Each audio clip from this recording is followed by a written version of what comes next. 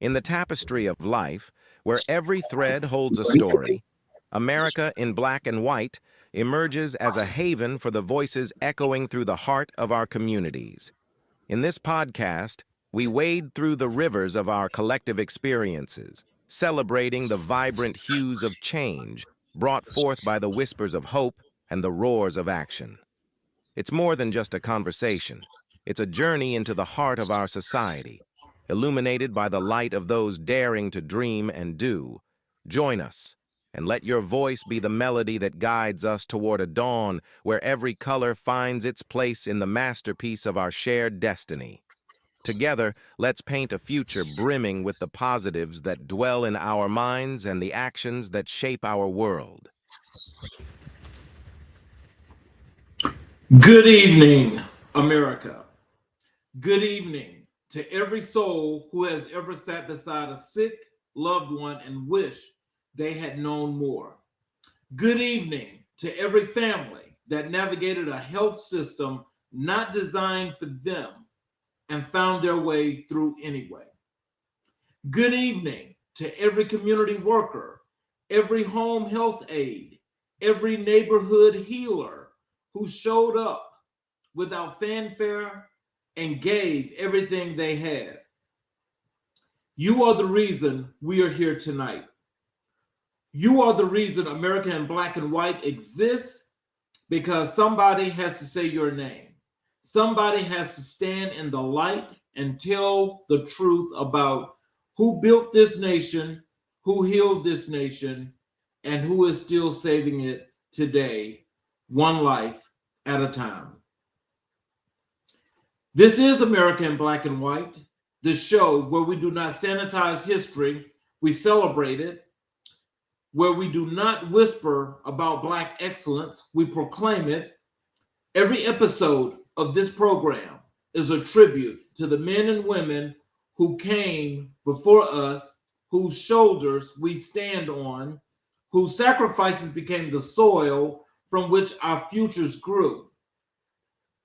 Tonight, we carry three names with us, names that deserve to be spoken aloud, name that deserves to echo. Naomi McCowan, Emma Corbett, Maddie Blake, three women, three rivers of love, discipline, and purpose that flowed together and shaped a man who would dedicate his life to the health and wholeness of his community. We will honor them tonight. We will call their names, and we will let the world know that their legacy did not end with them. It walks among us. Our guest tonight is a man who saw a gap in the world and decided not to wait for someone else to fill it. He is a man who understands that healthcare is not merely about medicine, it is about dignity.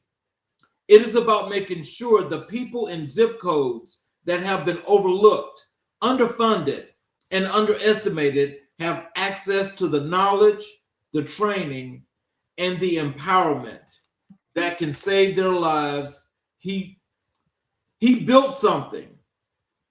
He built it from vision, from conviction, from love, and he built it for you. His work is not confined to boardrooms or academic journals.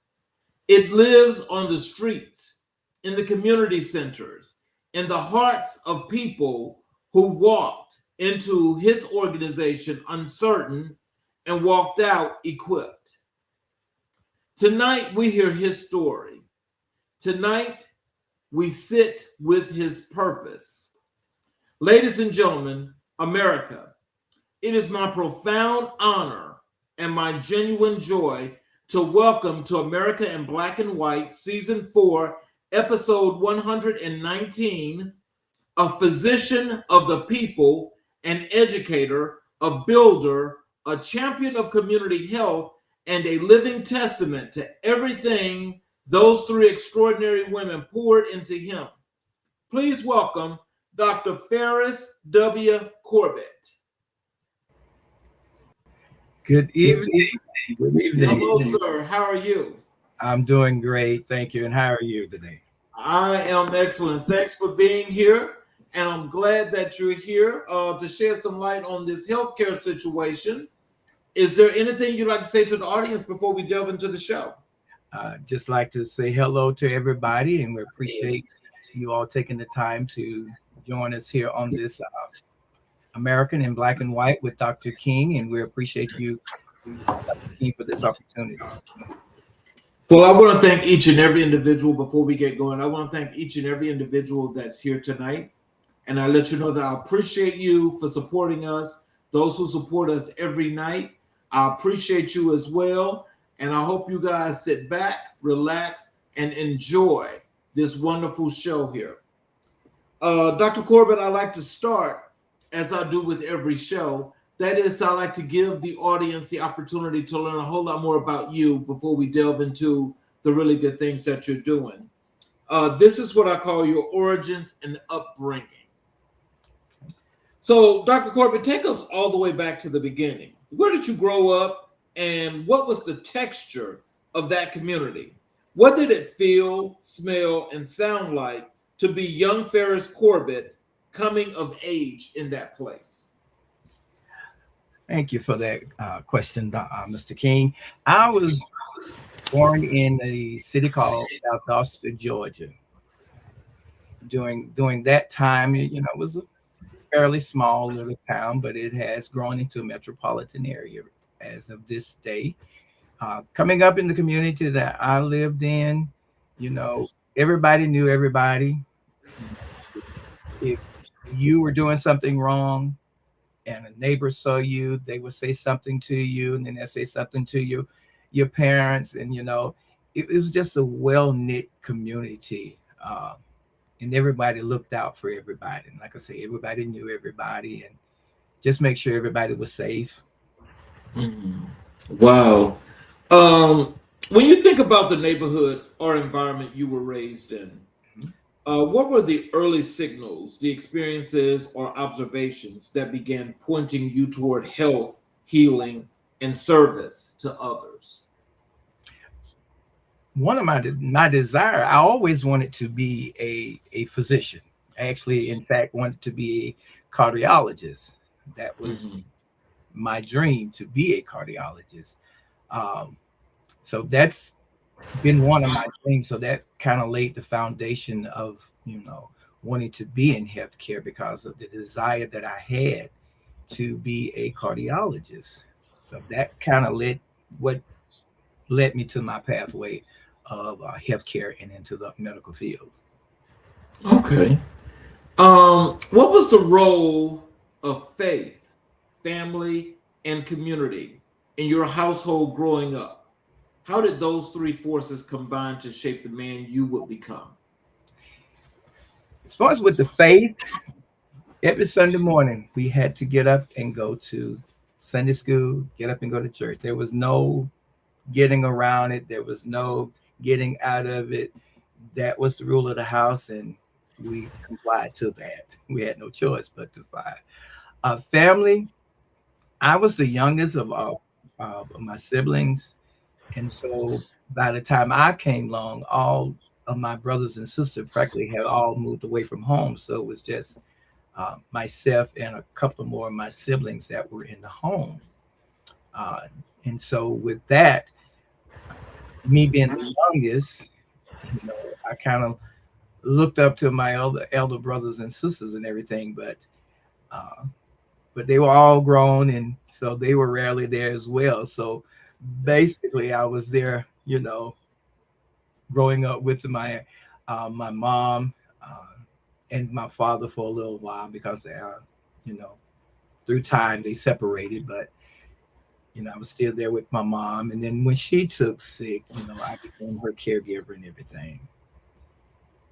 Wow. So were there moments in your childhood where you encountered the healthcare system, either your own experience or a family member's, that left a mark on you? What did those moments teach you about what was possible and what was missing? The moment I would say would be, as I said, when I was, helping take care of my mother.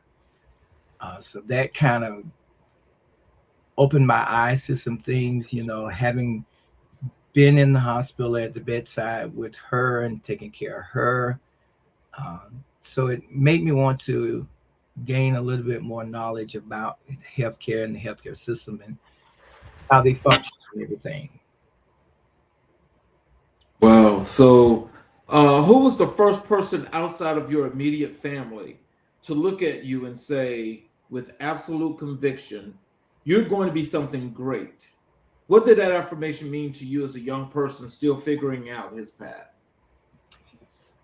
The first person I would say that said something like that was when I took a patient technician course, and the actual instructor of that course, it was a letter that she actually wrote to me upon graduating from that patient technician course. And I still have that letter to this day. And one of the lines that stood out to me the most was where she said in that letter, is once in a lifetime that a student inspires the teacher, and you're one of those person that does that. And that when she said, and encouraged me to keep the faith and let me know that I was going to go somewhere in life. So, as you think about where you are today compared to then, what are some of the lifelong lessons that you learned that's made you a much stronger individual as you go further into your career field? Maintaining integrity, honesty, and professionalism at all times. Even if you have family or patients that may be outraged, cursing and swearing at you, to maintain that professionalism, that integrity, and being honest. So, is that like one of the things that, as you look back and you think about, um, your spirituality and how you grew up going to church? I mean, is that are those some of the things that help you along as far as your moral compass and how you deal with people? Yes, it does. Plays a huge role. And of course, my faith, it plays a huge role in that too. Because So looking back at the child you were, what mm, qualities or instincts did young Ferris possess that you now recognize as the seeds of everything you have built? wow. I would have to say with uh, growing up and while we was in middle school and everything, people will always come to me asking me questions, confiding in me. Um, if they had issues or they had concerns, they would come and, talk to me. And to the best of my ability and my knowledge, I would give them what little advice that I could give to them. And that was a constant thing. People always coming up to me, looking to me for uh, advice and guidance and everything. Even on riding on the school bus, we'd be riding on the school bus, and I'd be sitting at the back of the school bus, and everybody's turning around, talking to me, asking me questions and things of Mhm. that nature. I mean, not just things about the Bible, but things about life in general. So let's transition over to the women who shaped you. That is Naomi McCowan, Emma Corbett, and Maddie Blake. Um, we want to honor three women tonight who are foundational to your story. Can you introduce each of them to our audience? Who are these women, and what was the nature of your relationship with each of them? Okay, we'll begin with Emma Corbett. Emma Corbett was my grandmother. Um, we stayed like right across the railroad track from my grandmother, and so every day I was at my grandmother's house. And Tuesday nights she would have in-house Bible study, and I would be the first person to show up for the Bible study. And one thing she would always say to me, would always call me her little professor. Um, go So ahead. Apostle McCowan, which was my spiritual mother, when I graduated from patient technician, just patient technician course, she would encourage me and then tell me, no, don't stop there. She encouraged me to go on to get my LPN license. She told me, don't stop there. You can do better. Keep going. And it led to the point, and she even said to me one time, she said, you will be that doctor, even if it's not a medical doctor. And those things were instilled in me from her. And one of the things that she constantly said was, education and salvation is a perfect combination. And that stuck with me.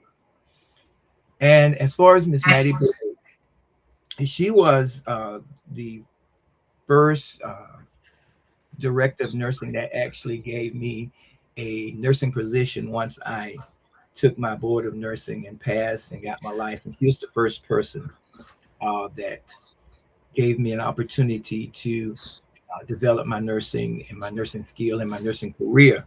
And one of the things that she would always tell me and you would say to me was, don't let everybody know or tell everybody everything that you know.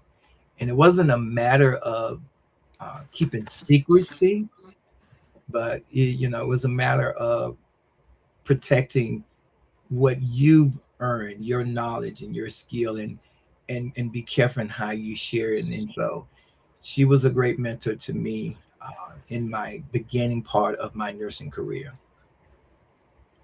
So, if Naomi McCowan, Emma Corbett, and Maddie Blake could see He Cares Training and Education Center LLC today, what do you think they would say? And what would you want to say back to them? I would think they would say they would be very proud of where we are, what we've achieved. And the thing that I would say back to them is thank you for not giving up on me when I wanted to give up on my own self. Wow. There's something powerful about a man who credits women, Black women especially, Black women as architects of your greatness. What messages does that send to the young people watching tonight, both about honoring those who came before us and about the irreplaceable role of Black women in our communities? It's important and is foundational to stand upon those ones that have gone before us and paved that way and that have been an instrumental and a role model and an influencer in your progressing toward becoming an adult, towards coming into your career and into your development. Um, as you notice, nowadays a lot of I would say single parents, if you allow me to say that, a lot of the single parents, women, um, some of them don't have the affordability to take that full time with their child or what have you, or a person, because of the way society is now. They're having to work full time and try to raise a household. And if you have that female or that lady or that woman that's in your life that's influencing you in that positive direction of growth, then it is imperative that we um, appreciate that. Uh, Mhm. it it helps pave the way to your future and all. So, as you just made that interesting observation about the single women, can you tell us how do their struggles compare to the single mothers of past? Because it seemed like the ones of past have done well. What's missing and what is causing, this to be such a paradigm in the shift that a paradigm shift that's just off? Past single women, they made sure that that child did their homework, did their chores. It wasn't for me coming up. No television till you finish your homework. No television till you finish your chores. Nowadays, kids have all these games that they could play. They don't, that you got to get your homework done. You got to get your schoolwork done before you can enjoy those activities. So to me, that's the difference between single mothers in the past and single mothers today. And So go ahead. And even the single mothers in the past, even if they had a job, and they gave assignments to those kids, when you get home from school, I need you to have this, and that done. So when they get home from work, all they had to do is go in and start supper and what have you. Nowadays, kids have to fending for themselves.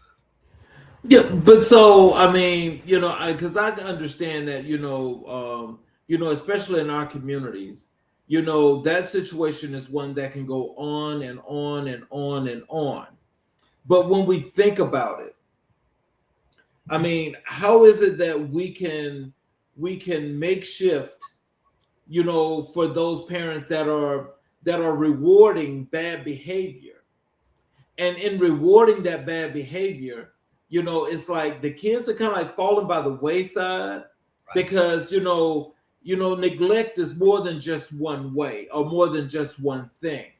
Sure. What are some of the things that you think some of these single mothers today can take, as a lesson from those women of the past? Because those women of the past were strong and strict disciplinarians. Yes. And I think part of it too is the culture of society today, because if a parent tried to discipline their child in today's society, the possibility of them going to jail for disciplining their child or being, themselves disciplined from having to discipline their child, that to me is something that we can look at and try to find a root cause, why. And a lot of times, Mr. King, a lot of the kids nowadays, their behavior is not so much as them having issue. It's the fact that if we can determine, why is this kid acting like this, and find that underlying cause, it's not so much as, what's wrong with them. It's more of a question of what happened to them. So there has to be something that causing this behavior. Right.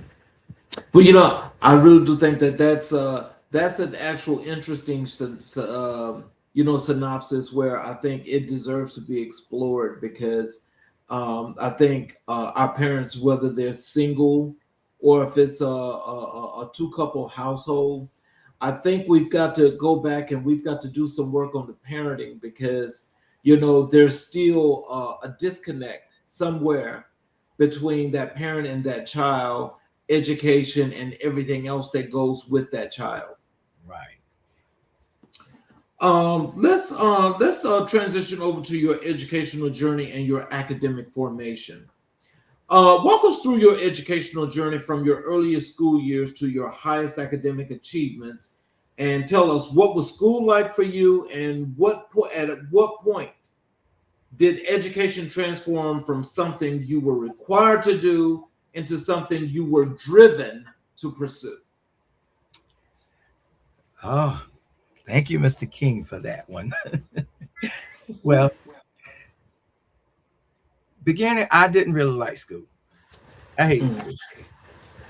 I hated it.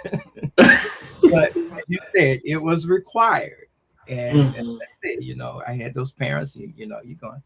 So when I thought that I became old enough that I could make my own decision, I dropped out of school. I dropped out of high school. My junior year, I dropped out of high school.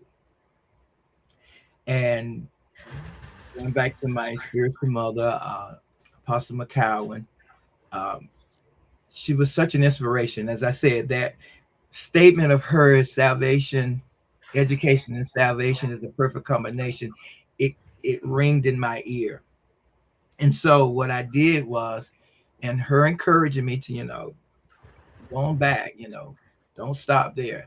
So what I did was I purchased a GED book, and I studied that GED book for maybe about a month and a half. And I made the statement to God, and I said, Lord, you say faith without work is dead. So my work is I've studied this book, and now my faith says when I go take this exam, I'm going to pass it. And so I went and I got my GED. And then it was after I got my GED that I decided to go into nursing, just to see, because as I said, I wanted to be a cardiologist. And so I wanted to see, was the medical field something that I really wanted to do? So that's why I went into the nursing aspect of it. And once I got into, nursing, and I passed my NCLEX for my LPN license, I found that the medical field was something that I really, really, really enjoyed. And so I began to pursue my RN degree. I got almost to the point where I was actually ready to start doing my clinicals for my RN degree. That's when I decided and said to myself, I had been nursing for a while, and I said, I've been taking care of patients at the bedside after they have gotten sick. So then I decided, what if I can get on the preventative aspect of things? And that's what kind of shifted me into the public health aspect of it. And so that's why I went on and I pursued, and I got my master's in public health. And then, I figured, I could be even a greater influence if I go ahead on and get my doctorate in public health. And so that's when I started to pursue my doctorate in public health. And again, my mind flashed back to what my spiritual mom said, that I will become a doctor, even if it's not a medical doctor. And so now I'm on the spectrum where now I'm trying to provide education on preventative measure, trying to keep our communities from getting to the point that they wind up in the hospital. Well, let's talk about this, because I remember when we chatted, before the show, and you was telling me about public health. What made you decide on public health? Because that is such an interesting field of study that has been so female dominated and oriented for God knows how long.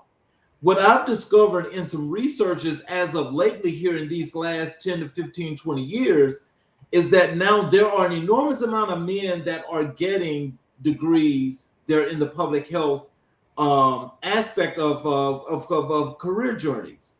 And what I'm finding more so is that there are more Black men that are in that field.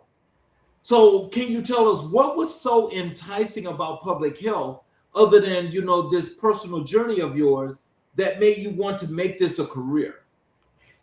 For me, it was because public health doesn't just look at an individual, it looks at an entire community.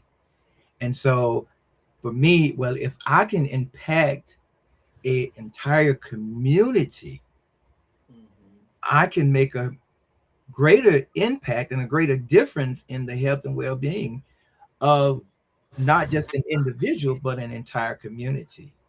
And when you have healthier communities, you have a lesser chance of sicker individuals because you have a healthier community. And that's in the aspect of physical and mental well-being. When I think about, and just my understanding and knowing that your field actually covers communities.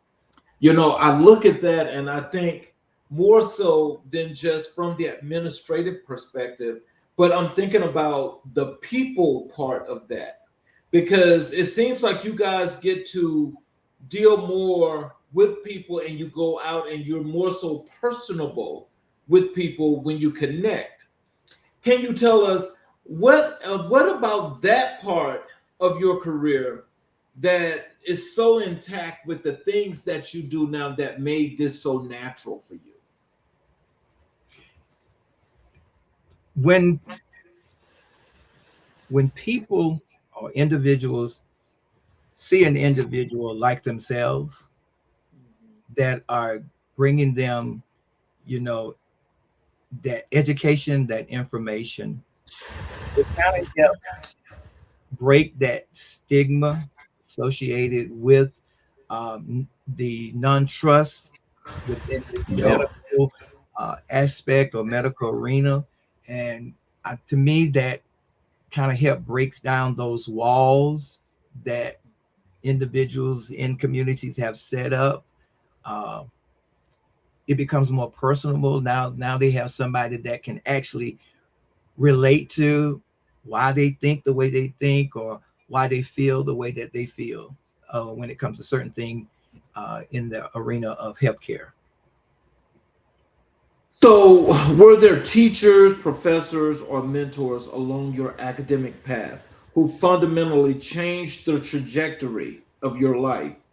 Tell us about one of them, what they saw in you, and what they said or did that shifted everything. Uh, One person that I could think of is when I was in my master of public health degree. I had this one instructor. I felt that she was extremely, extremely hard on me. She, she, would, she would take my papers that I would write, and she would dissect them like I was back in anatomy and physiology, and she would dissect it so hard. And when it was time to graduate, I actually told her, uh, and I'll say her name. Her name was Miss Jones. I actually told her, I say, I actually thought you didn't like me because you were so hard on me. And so at graduation, she was at the graduation and she said to me, the reason why is because I knew you had it in you. I saw it in you, and I just needed to pull it out of you. So it made me appreciate her now. At the time, I wasn't appreciating you. And I done spent, I done spent all this hours, 3 and 4 hours at night writing this paper. You just shuck. So, but now I look back and I appreciate that. And I really do, because I see now, I appreciate that push. Mhm. If she had not pushed me, I probably would not have pursued it. I probably would have gave up, even though I was mad. But Mhm. I appreciate, and I did tell her I appreciate her for. Mhm. So, higher education for Black men in America is never just an academic journey, it is also a navigational one. What barriers, biases, or challenges did you face in your academic formation, and how did you refuse to let those forces define your outcome? Barriers. One of the major ones that I can think of at the top of my head was the financial barriers. Uh, but I did the best I could. I would save whenever I did not get my financial aid. I would save so that I could continue on with my education. And the other thing was I was determined. I've come this far, and overcame challenges. I overcame obstacles, overcame being a dropout, And so that kept me motivating. And also, I had a dear friend. We actually she started in the doctoral program for DNP at the same time I was going for my uh, Doctor of Public Health. And at night, we would be both at night, up late at night, encouraging each other, sharing, look at this paper for me, look at that paper for me. And so that we were kind of motivation for each other. And she is my co-founder of He Cares. So, so would is it safe to call her your accountability partner? I would say yes, and I would say we're both accountability partners for each other. Yeah, there were times she called me and was pulling her hair out.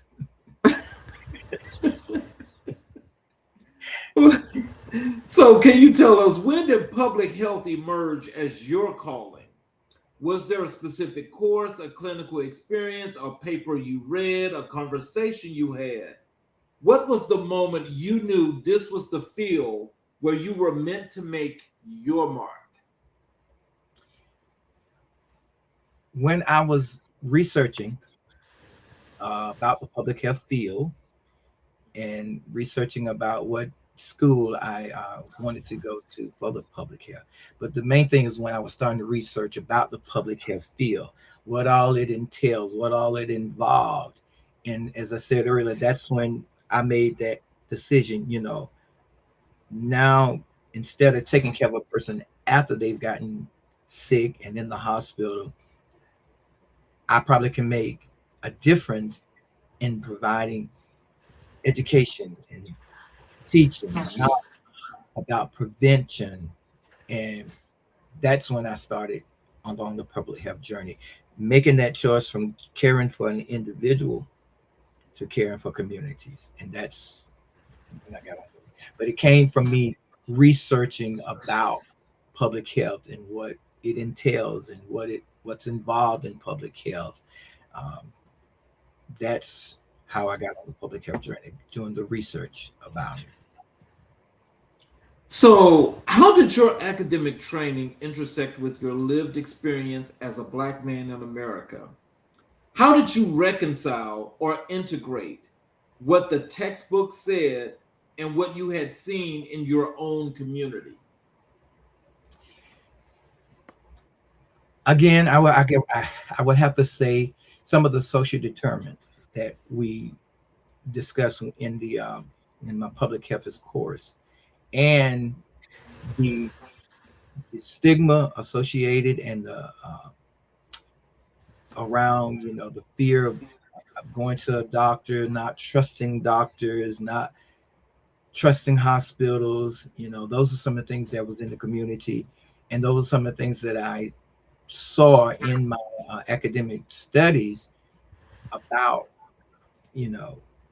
those social determinants and how that individuals had this fear or this stigma or this mistrust that's associated with the medical field and the healthcare system as a whole, and the fact that the healthcare system was not beneficial to people in my community, so to speak.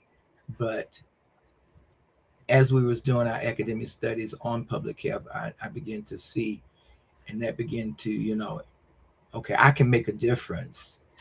I can help minimize some of this distrust in the healthcare system by someone seeing a person of my myself, someone like me, like someone like them, the people in our community. And so I could help kind of minimize that distrust and be more of an encourager. Go get your prostate exam done, especially African American men, prostate exam. Oh no. And so, in my academic study, realizing that, early detection could help, prevent you from getting to that stage 4 of prostate cancer, by having those screening. And so as I was doing my academic, learning this thing and learning how to communicate that to, people of our communities and let them know, hey, you know, this is a preventative disease.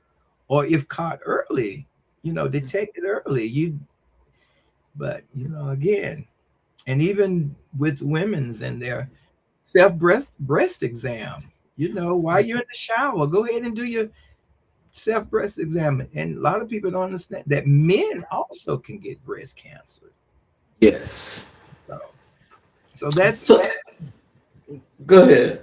So that's why, with my academic and public health, I feel like I can, reach out better to the community. Let's talk about this key word I've heard you mention more than one time, stigma. Tell us about how the stigma works when it comes to our community and, having to go to a doctor and deal with somebody that don't look like you. Let's say you come from a gender perspective and you got men, a lot of black men hate going to the doctor because they just don't want to go or they just have a distrust period. And with our women that go all the time, but it seems like the medical field or the medical profession has got this thing where it's against the black woman and her health. Tell us about that. How does the stigma work that really we need to work on in order to make this a whole lot better in our community? A lot of it is generational thing that's handed down. It's more of a learned thing, if because you've heard parents, grandparents say certain things about, I went to the doctor and they just put me on all this medicine. They didn't really pay attention to what I was saying. They didn't really hear me. So that trickled down to today's generation. That it's more or less like, then you take the example of the Tuskegee Airmen, the experiments that done. That was part of that stigma. They just experimented on you, So when you go to that doctor, all they want to do is experiment. That stigma is ringing in their mind because they're thinking about what happened then, and now they're saying they're doing the same thing nowadays. So that's part of that stigma. They experimenting on you. They just fill you up with this medicine. This medicine is killing you, and but if we can get to the point that we can provide that preventative part and keep that as the forefront, I think it would kind of help minimize some of that stigma. So I want to ask you one more question on that before we move on, because that's really, really interesting. There's another report that I read like a couple of weeks ago. Mm-hmm. And it actually stated that from yesteryear, somewhere around the 40s or the 50s coming up to today, that Black physicians were so discriminated against that they were discouraged and kicked out of the medical profession, period. They were. So as you look at that now and you think about today, in our main areas where we look for real serious need for serious conditions, we know we could talk about cardiovascular, we can talk about cancer, we can talk about from the physical therapy perspective. It's hard to find a Black physician. So that adds to the stigma. So what can we do to work around that to try to have a little bit better trust? A lot of time, they don't think that they can actually achieve that goal of becoming that cardiovascular surgeon or that nephrologist. They don't feel like they can achieve that goal of becoming that specific specialist. You know, they can get to the point, okay, I can be a physician assistant, I can be a nurse practitioner, I can even be just a general practitioner, MD. But those specialty areas that, as you said, the cardiovascular, a cardiovascular surgeon, they don't feel like they would be accepted, if that makes sense. So they don't feel like they can achieve or attain that. Because as you said something earlier, it's because Black physicians and surgeons back then were rejected. You know, they were not even allowed to practice, even if they were a licensed physician or MD. In a lot of the hospitals back then and everything, they would not let them even practice there. So I forget which one it was, but I know it was called the, if I'm not mistaken, the Philadelphia Medical Center. It was actually founded by a Black physician so that they could train Black physicians. So I think beginning in high school and college, there needs to be more encouragement to pursue those type of professions, and for curriculum that, you know, leads or lean into that encouragement to pursue those types of careers as a specialist and things like that, for the African Americans, college and in high school. Give them a motivation or incentive. So, what advice would you give to a first generational Black student sitting in a college classroom right now, feeling like the only one in the room, perhaps the only one who has ever sat in at the family's chair at a university? What do you want them to know? To maintain their focus, keep in mind and keep forefront their reasoning for being there, and to allow the quote unquote noise around them distract them and get them off focus, but to maintain their focus and pursue their goal with everything that they have, and don't be distracted and don't get off course or off focus. Let's transition over to your work entering public health and your early career. After your education was complete, what were your first steps into the professional world of public health, and where did you start, and what did that entry point teach you about the field you had chosen?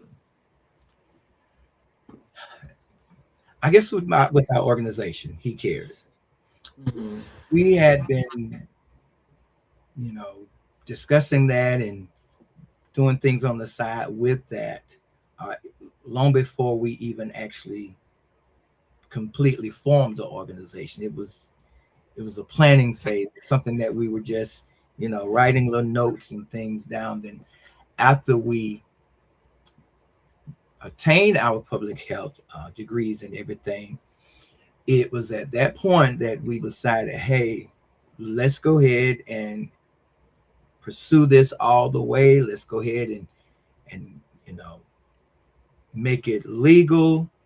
Let's go ahead and start building it, start promoting it, start discussing it. And so that's what we were at. Even when we were still working as a nurse, we were yet building the aspect of the public health, so that when we fully transition in, we'll have everything, the foundation, everything already laid. It was not something that we had to start from the ground up. If we just go ahead and build on what we had already laid. So every career has a defining early moment, a day, a patient, a policy meeting, a community interaction that crystallizes why you chose this work. What was that moment for you, and how did it permanently redirect or deepen your commitment?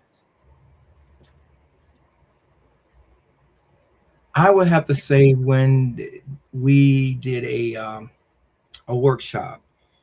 It was talking about faith and mental health. We did it at we did a workshop at this church, and I believe it was at that point that it was sealed because of the turnout and because of the comments that were made after we did the workshop and the inquiry that people were asking and inquiring about after the workshop was completed, and the words of encouragement from the end of people that had attended the workshop. Um, and one of the things that really struck out to me is when some of the attendees says, this is needed, it's needed on a continual basis, and you need to keep this going. So that was kind of at that point, I was like, okay, I'm, I'm in the right vein. Okay, that's what's up. So it was then. I guess that means then you had your feet wet, so you was already set in, and you just ready to dig in and go deeper and deeper and deeper and make this thing work. Right. Yes.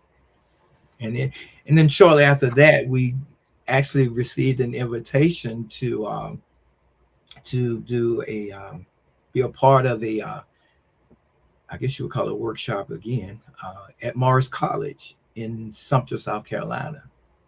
Now that was the I guess the icing on the cake,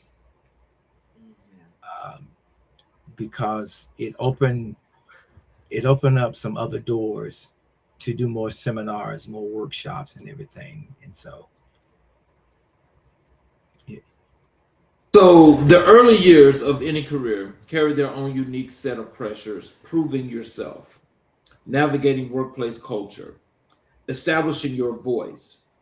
As a black man in public health, what specific obstacles did you face in those early years, and what tools, internal and external, help you overcome them? Hmm. Uh, I guess I would have to say, hmm, it's a good question. It's a good question. I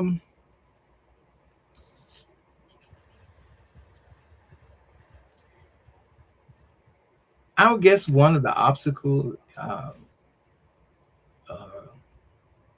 opposition was myself, Mhm.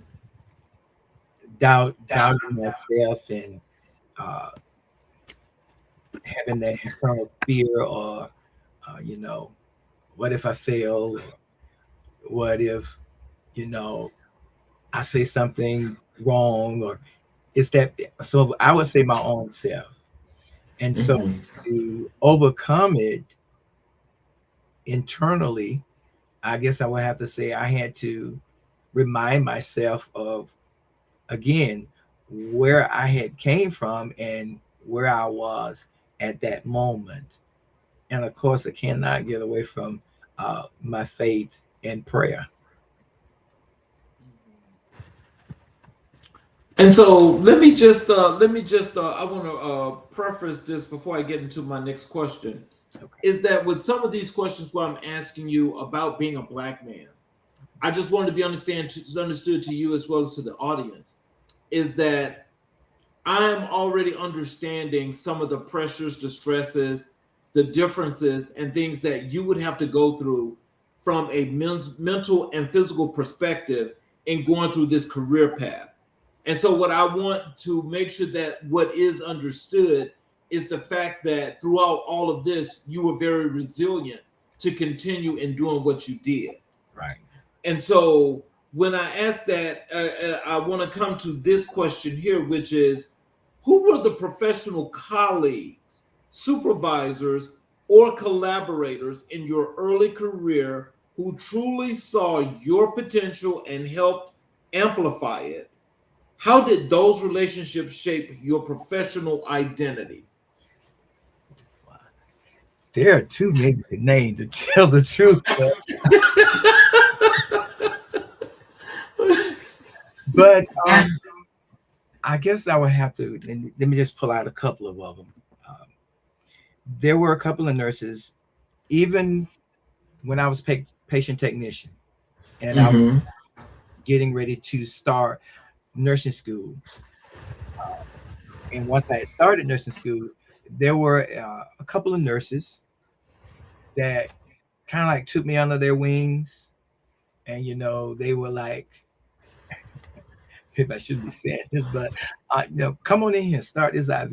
You know, they saw in me the potential of becoming a good nurse. So they kind of like took me under their wings to shadow me.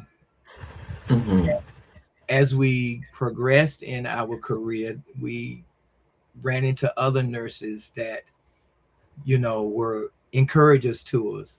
I never will forget one supervisor. I said to her one time, because it seemed like I got all the troubled patient, if you know, quote unquote, this, so hard patient, let me say it that way. I got all the hard patient. And I went in her office one day and said, you know, why are you always giving me the hard patients? And her response to me was, because you know how to handle them, the way you present and carry yourself. So to me, that was letting me know she had confidence in me as a professional over nurses that had a higher level of education than myself. So to see that in me and have that confidence and that trust in me, it motivated me more.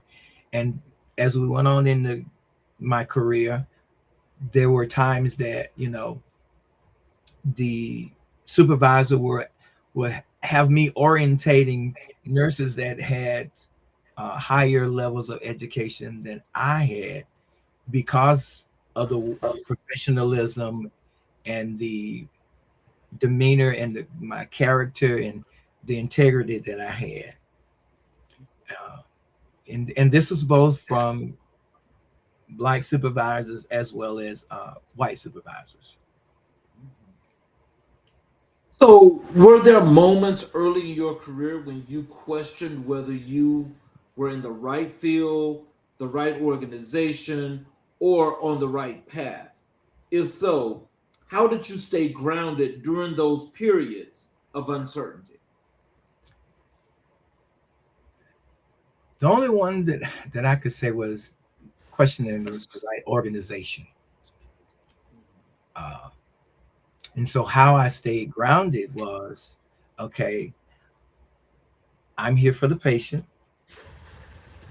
I'm here for 8 or 12 hours to take care of the patient until I find something different. So my focus was to remind myself of why I was where I was, and that was to take care of the patient. And that was my focus that kept me grounded until I can find that organization that I felt was a better fit. Before founding He Cares, what professional experiences were most instrumental in preparing you in ways you may not have even realized at the time for the work of building and leading a community health education organization? I would have to say organizational skills, my attention to details, and my adherence to policies and procedures. Because one of the things was when I went to another unit, the first thing I wanted to know what was the policy for that specific unit, so that I can adhere to that policy, those procedure. You know, I was a sticker for policy procedures, Mm-hmm. Following the rules. following the rules, and you know, I could, because I want to make sure if I'm being challenged, you know, that I have the tool to question why I'm being challenged for whatever reason it might be, according to the policy. See, I think when you think about policies, you know, some people feel like, and I guess it just depends upon the individual. Some people think that yes, you do follow the rules, but there's always that time to deviate. Are you one of those people that deviate, or do you just stay on the straight line? I deviate depending on the circumstance. Okay. Circumstance. And So let's talk about your founding of He Cares Training and Educational Center. Let's talk about the birth of He Cares. Take us to the exact moment or the season of life when you knew you needed to build something of your own. What was the gap you saw, the pain point you simply could not ignore anymore?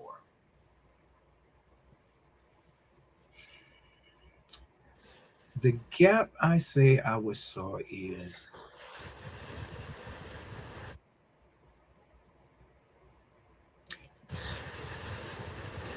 the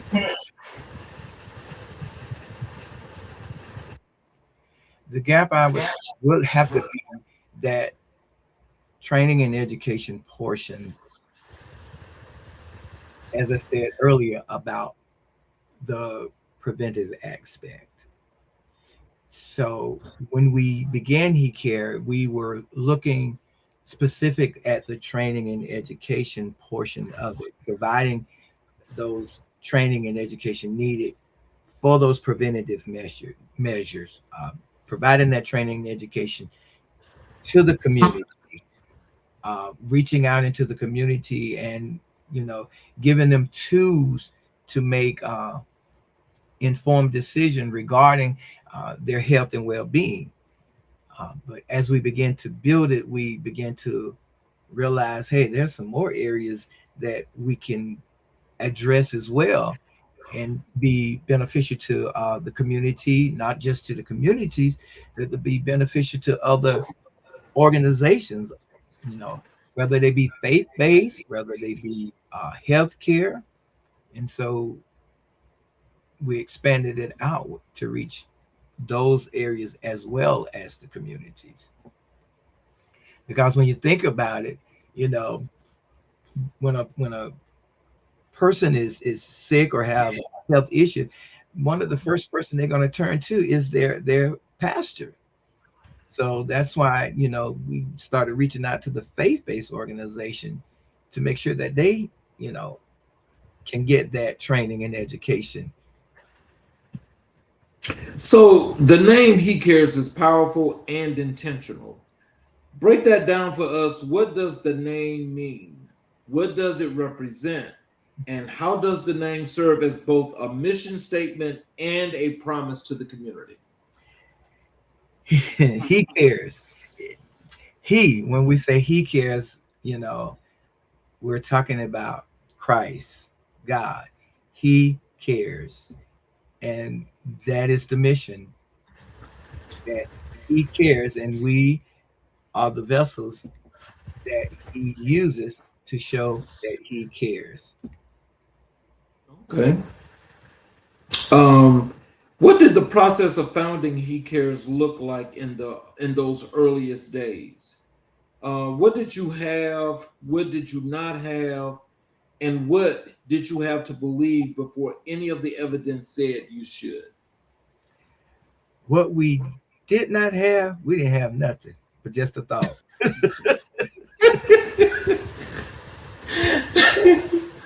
Hey, that's all we had, the thought.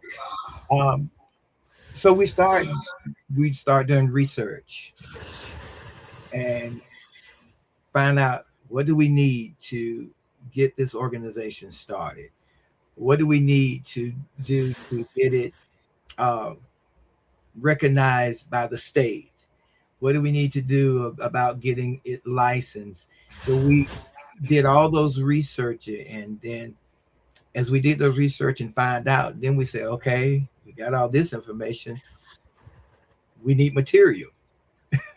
So we started developing curriculums. We started developing programs. We started developing support groups, and we built it up from that. So tell us about your co-founder and partner. Tell us what her name is, and tell us what her role is in the company, and how are you guys doing at this point? Okay. Her name is Dr. Deidre Willis. She is DNP, and her role is she is the executive vice president, and she's the co-founder also. Her role is when it comes to the nursing education and nursing aspect of it. She helps to make sure that when we do because we do offer some continuing education hour, she makes sure that those training and those workshops and those seminars are meeting the goals of nursing education so that they can get approved for those continuing education unit for specifically nurses. So she's what we consider also as part of our nurse planner. So she helps with those things of the nursing aspect. And she also helped, teach some of the workshops and some of the seminars. And she also do part of when we do our podcast, she's also a host on the podcast, and she helps with that as well. Wow. So every founder faces a moment when everything feels like it might fall apart. What was your hardest season in building He Cares, and what kept you moving? What kept you moving forward when every practical voice might have told you to stop? The hardest part, I would say, is when a person would ask you or ask us, what do you do? So we were telling about all the programs we had and what all, so it was basically like we didn't really have a per se tagline or what have you to really express what we actually did. Our biggest problem, we was telling them how we did what we did, but we did not tell them what we actually did. Mm-hmm. So to me, that was the struggling part, finding that voice to answer that one question: what do you do? And like I say, we were struggling with that. And when I said we were struggling, we were struggling so bad too. Our co-founder said to me, I don't know what we do. Oh my God. So we narrowing that down, it made a huge difference. Once we narrow it down to be able to answer that one specific question: what does He Cares do? So, how did the community respond when He Cares first opened its doors? What was the initial reception like, the trust that was offered, the skepticism that had to be earned, and the early signs that what you were building was genuinely needed? I guess a lot of people saw the name, and as you said, it was like, wow, that's powerful. And then they would come out with that question: what do you do? He cares. Yeah, so what do you do? And so struggling to get that out there of what we actually did, it kind of turned some people away because we didn't tell them what we did. We just kept telling them how we did what we did. So it kind of like gave them a distaste in their mouth, and they kind of turned it away. And like I said, it wasn't until we finally came up with that answer to that one question: what do you do? And that's when things started to shift, and people start to understand and recognize, oh yeah, this is something that we could use. This is an organization that we need to have a discussion with. So, if you could go back and give yourself one piece of advice on the day you signed the paperwork and made He Cares officially real, what would you say to that version of yourself? Make sure you know what it is that you do.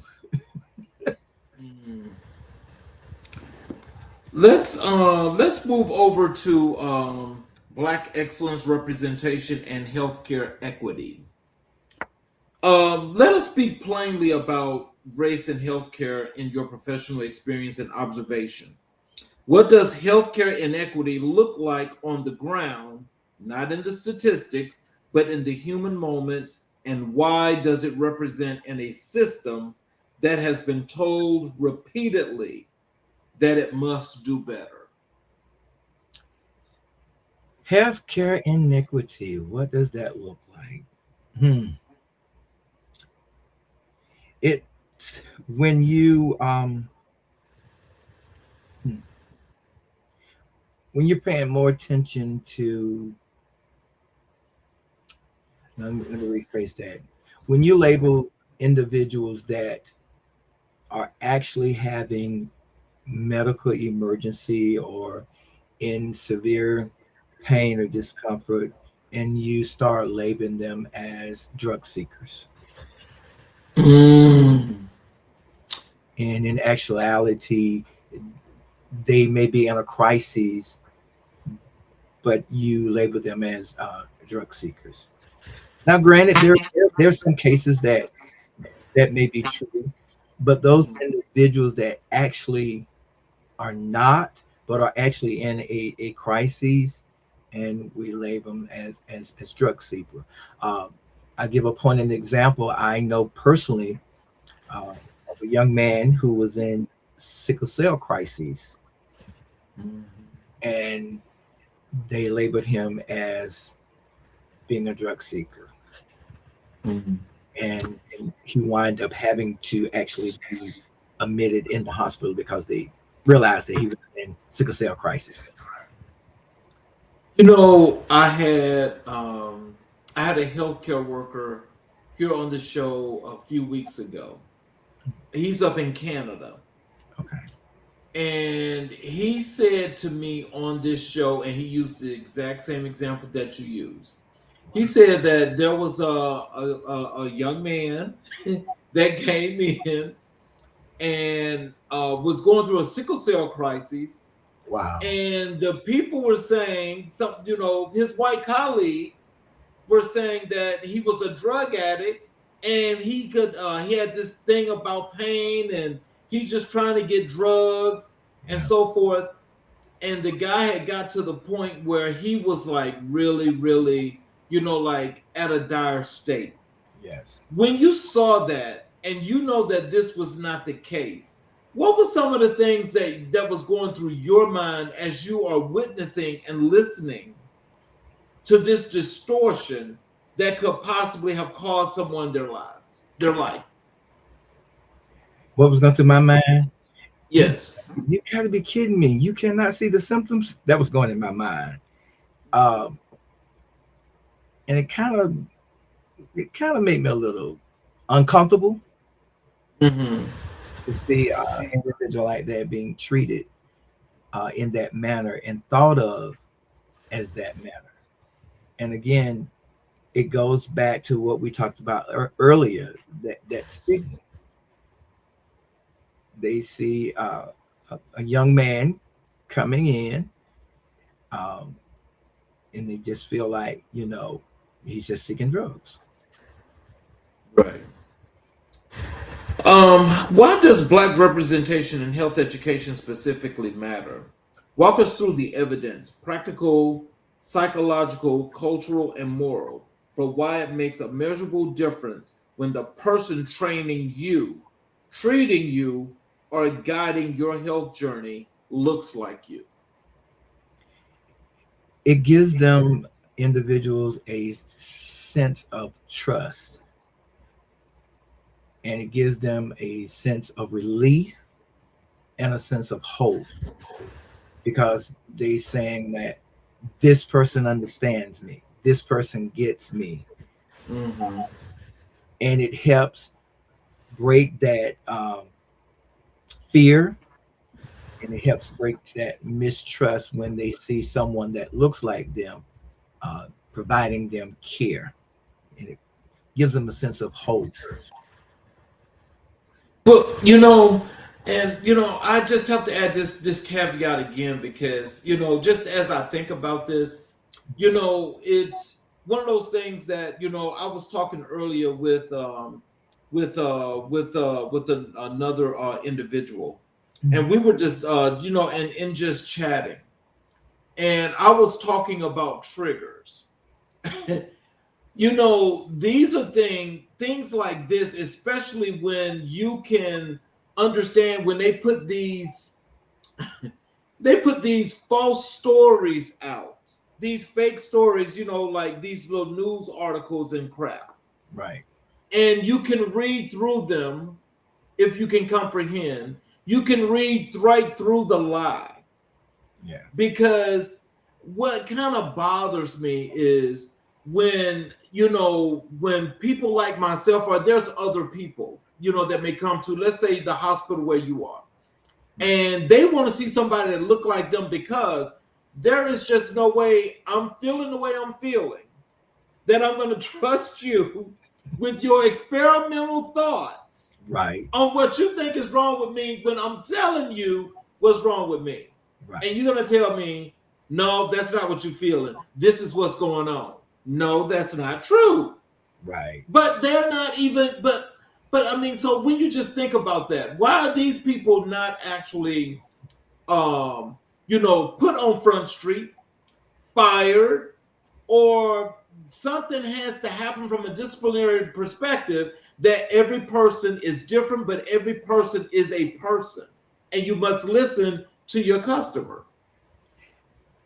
Mr. King, part of the training is they're taught that, but it's up to that individual to make sure that they adhere to their ethical codes. Mm-hmm. But it's not that they don't receive that training, they don't receive that education. It is that they do, but it's up to how they, once they're out in their practice, how they choose to carry out, like I say, those ethics codes, and to display those, ethics. So, and you said something about that triggers. Mm-hmm. Because a lot of African American people may have had a bad experience with an office visit or with a hospital stay. Mm-hmm. And when they encounter similar situation, it may not be the exact same situation, but similar situation, that's a trigger, and their mind goes back to that bad experience, and then they will shut down. They won't answer your questions, or if they answer if they answer the question, they're gonna half-heartedly answer the question, because we triggered something, and they're thinking about that previous bad experience that they had. And now all they're thinking about is just let me get up out of here. Well, you know what? I'm not gonna go delve too deep with this, but I'm gonna tell you, which is why, I understand why people so much always thinking about Tuskegee, is because I actually was misdiagnosed with something that I know my body better than anything else. Of course, I didn't take it serious, but I was told that I needed to go in and have an actual bone density scan. And I'm like, for what? So I'm like, that don't even make sense. Right. And it came out of nowhere. But see, these are kind of like the experimental things that these people do. And they hate it when you call them out on it, And so how dare you think people are going to just trust you, Right. when, especially if you're doing just a basic checkup, and all of a sudden they come from way from left field. Woo. And then look, they done threw something in there. Oh, you need to get a meningitis shot. Meningitis? I'm 60 years old. Why the hell am I going to get a meningitis shot?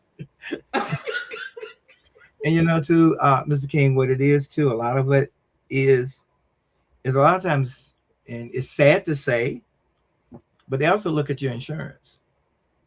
Well, insurance wasn't a problem. No, I'm not saying your case specifically, but I'm saying in some instance. Mm-hmm. So if you got, good insurance, oh, you got them. Okay. Because speaking from experience, even when I went to have my eyes examined and everything, and they looked and say, oh, you got good insurance. So they took me to the most expensive glasses. I'm like, no, let's go back up on this side. And that's what I'm saying. And so I said that because a lot of times they look at your insurance and they say, okay, let's do this exam, do this exam. It's sad to say, but it happens. What systemic changes in policy and funding and institutional culture need to happen for the healthcare equity gap to meaningfully close? And who has responsibility for making those changes happen? I think it needs to be at the educational institute, that they offer training in the care for, because a lot of our diseases are common, yes, but there's some diseases that are more common among the African American. And I feel that there needs to be that specific training in treating those diseases for African American and not just the general population. That makes a lot of sense, but then also at the same time, I think again we have to go back to all that extra that's thrown in there, because we got to make this hamburger be a real big old juicy cheeseburger. So you ain't just getting the meat, the patty, and the cheese. You gonna get the mayonnaise. You gonna get the Dijon mustard. You gonna get the patty. You gonna get the cheese. You gonna get the lettuce and the tomato, and then you gonna get some onions on top of that to make sure that you get all the taste. But one size doesn't fit all. One size don't fit all, but that dose, believe me, that dose could take you to your grave. Yes, because, and I think about when I had to have surgery, and the anesthesiologist, when he came in, I told him, I said, I know how y'all do your formula. I know you're gonna do with your body weight and to calculate to make sure you get the right percentage of anesthesia. I said, but I know my body. I say I could take 2 Tylenols and that puts me out.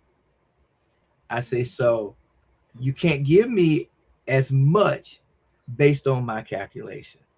Right. I've been doing this here for 35 years. I know what I'm doing. And I just looked at myself, and I respect that, but I know my body. So, so when they put me under and they couldn't hardly wake me up, what I was going in for an outpatient procedure, I wind up having to stay because they couldn't wake me up from the anesthesia. He stayed in my room to make sure I was all right. And when I finally was able to come out from under it, I said, I told you, Tylenol puts me out. Wow. So again, something that you said, you know your body. Yes. And we as healthcare professionals, we have to listen to what the patients say, not what our textbooks have taught us. Yeah. Yeah, because that doesn't fit all. No, because them folks sure don't believe one size fits all. If you black, you get, and black people get this, so y'all all get it. Y'all all get the Tuskegee experiment. Y'all all gonna get some syphilis. And let's see who survived. Yeah. So, and that's where that mistrust comes in at. Black excellence in healthcare is not new.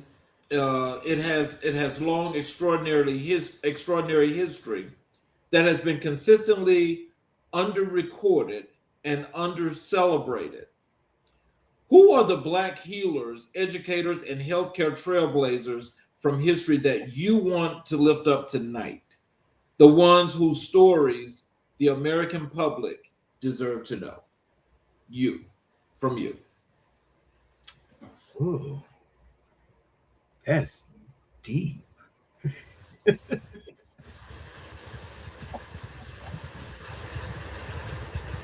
Living or dead? It doesn't matter. You want to lift them up.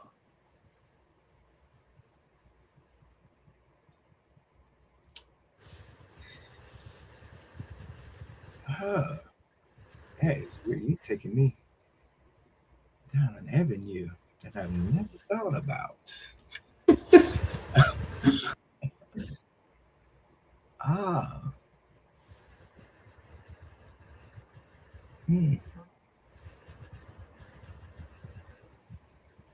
Mr. King, what we'll do is we'll save that question when you come back on your next appearance. Because I am glad of one thing, and I'm saying this on air. I am glad that you did not say Ben Carson. No, he was not even near my mind. No.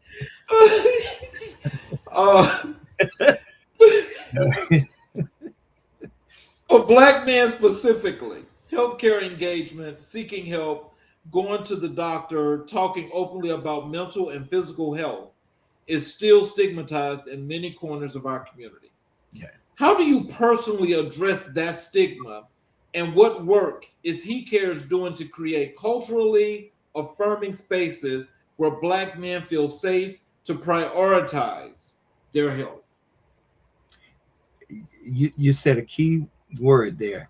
We try to provide that safe space so that they can freely express what they need to express without fear that they're going to be looked down on, feel like they're not going to be heard, feel like they're going to be whatever they say is not going to be valuable. You're not really listening. So we at He Cares, we try to make that safe space for them to feel like, yeah, we're listening. Yes, we hear you. Yes, we care. How are we going now? Let's have a discussion. So we open that door for to have that open dialogue for them to express themselves without that fear. Final question for you. What does Black excellence mean to you personally, not as a hashtag or a bumper sticker, but as a lived commitment? And how does your definition of Black excellence show up in the day-to-day operation of He Cares Training and Education Center, LLC? Black excellence to me personally,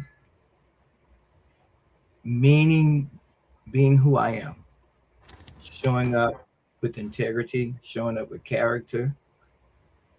And as far as He Cares, providing that education, providing that safe space, and just showing up to the community, being a support to the community, being a voice to and for the community. To me, that's Black excellence. So, in closing, what are some words of wisdom and encouragement you'd like to leave for our audience? Tell them how to connect with you via social media, your website, all of those good things that you'd like for them to know. What I would like to say to the audience is pursue your dreams. Don't allow anyone or anybody to tell you that you can't achieve it or it's out of your reach. Pursue your dreams. And you can reach out to us. We're at our website. Our website is He Cares Training Education Center.org. You can find us on Facebook. Our Facebook page is He Cares. That's the title of our Facebook page. We also do a podcast called Health Talk. You can find us on our YouTube channel with Health Talk. And again, that website is He Cares Training Education Center.org. So, I'd like to thank each and every individual that's been here tonight, that's watched the show completely. I thank you for your support, and I hope you enjoyed the show. For those of you that are first-time watchers on any of our channels, especially YouTube channels, I want to ask you if you would, to please subscribe and enable all notifications so that you are able to get the shows when they go live. And you're also able to go back and watch all of our previous recorded shows and learn some information from each and every guest that has been on America in Black and White. So I'm going to close the show with this monologue. And when I close the show, after I close, I would appreciate if you could hang around for a few minutes afterwards for me. All right. America, what you just witnessed tonight was not simply an interview. What you witnessed was a testimony, a man shaped by love, forged by community, powered by purpose, sitting across from us and sharing the blueprint of his soul. Dr. Feris W. Corbett did not just answer questions tonight. He opened a door. He pulled back the curtain on what it looks like when a human being decides what the needs of his community are greater than his own comfort, that the gap between what exists and what should exist is his personal responsibility to close. This is not a job description. That is a calling. And tonight, we were all privileged to sit in the presence of a man who answered his. We began this evening by calling three names: Naomi McCowan, Emma Corbett, and Maddie Blake. And as I prepare to send you home tonight, I want you to call those names one more time, because their work is not done. Their work walked into your living room tonight in the form of Dr. Feris Corbett. Every program He Cares has ever offered, every student who has ever walked through those doors and emerged with new skills and new confidence, every family that is healthier because of the education his organization provided, every single one of those outcomes is a continuation of the love, the sacrifice, and the example those three women poured into one child. Legacy is not what we leave behind. Legacy is what we pour forward. And these three women poured so well that the world is still drinking from what they gave. So here's our call to action tonight, America. If you believe that every community deserves access to quality health education, support He Cares Training and Education Center, LLC. If you believe that Black excellence in healthcare is not an exception, but an expectation, share this episode. If you believe that the next generation of Black doctors, nurses, healthcare educators, and community health advocates deserve to see themselves reflected in the leadership of this field, do something about it today. Donate, volunteer, enroll, advocate, mentor, hire, invest. Do not let this conversation end when the screen goes dark. Let it begin something in you that does not stop. From my heart to yours, from the platform that exists to tell the truth about who we are and who we have always been, thank you for being here. Thank you, Dr. Feris Corbett, for your grace, your brilliance, and your unshakable love for your people. And to every ancestor watching from the other side of time, we see you. We honor you. We're still building what you started. This has been America in Black and White. I'm your host, Charles Zachary King, and as always, we are still here, still rising, and still unapologetically, beautifully, powerfully Black. Good night, America. God bless you all. Y'all have a great evening. We will see you